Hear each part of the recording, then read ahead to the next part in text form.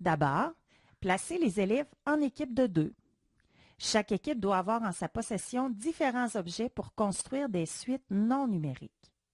Pour débuter le centre, un premier élève doit construire une suite en respectant une régularité. Il pourrait utiliser un des motifs de base appris lors de la séance collective et laisser le deuxième élève deviner le motif de base afin qu'il soit en mesure d'ajouter 3 nouveaux termes à la suite. Par exemple, le premier élève pourrait choisir de représenter la régularité AA, BB, ce qui donnerait ceci. Il pourrait s'arrêter ici et demander à son ami, « Selon toi, quel est le motif de base? » Son ami pourrait dire « Rouge, rouge, jaune, jaune » ou encore « AA, BB » et compléter la suite en ajoutant 3 objets.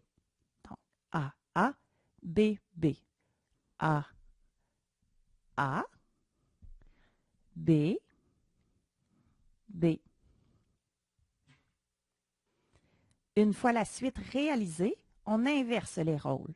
C'est au tour du deuxième élève de construire une suite en respectant une régularité.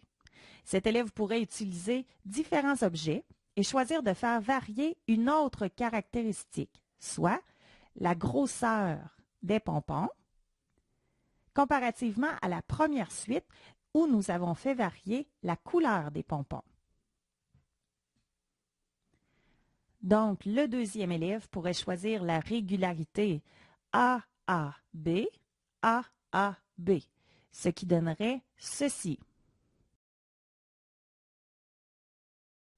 Il pourrait s'arrêter et demander à son ami, « Selon toi, quel est mon motif de base? » Son ami pourrait lui dire « Gros pompon, petit pompon. Gros pompon, petit pompon. » Ou encore AAB, AAB et compléter la suite en ajoutant 3 nouveaux termes. Les élèves poursuivent ainsi de suite et peuvent comparer les suites trouvées avec les autres équipes de la classe et préciser la ou les caractéristiques qui ont été employées pour créer la suite. Ça pourrait toucher le nombre, la grosseur, la couleur ou encore la forme des objets.